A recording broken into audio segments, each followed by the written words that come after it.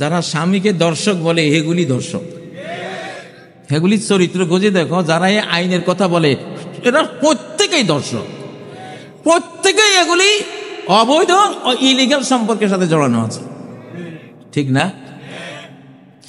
নিসাউকুম হারসুল লাকুম, তোমাদের স্ত্রীরা তোমাদের ক্ষেত। তোমাদের স্ত্রীরা কি?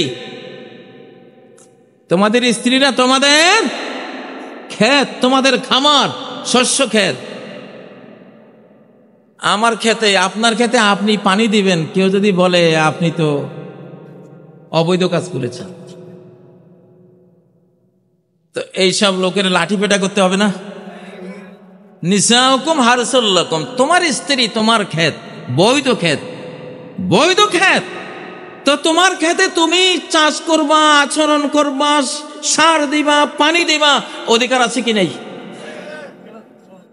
এখন যদি এখন যা হোক, আমি এই আইনটা নিয়ে, বাংলাদেশে এগুলি কথা বলছে, এগুলি পশ্চিমা এনজিওরা আমদানি করতেছে, এগুলি আর বলেন না, এগুলি বলার আর সময় নাই।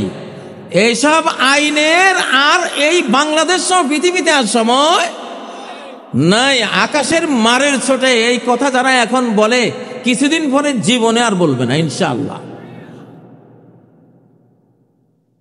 আমি বলতেছিলাম কি, যে এখন পৃথিবীটা 2024 থেকে আগামী 2090 বা আরো কম বেশ সাল পর্যন্ত ধীরে ধীরে শুধু পৃথিবীটা যাবে কোরআনের দিকে। পৃথিবীটা যাবে কোন দিকে?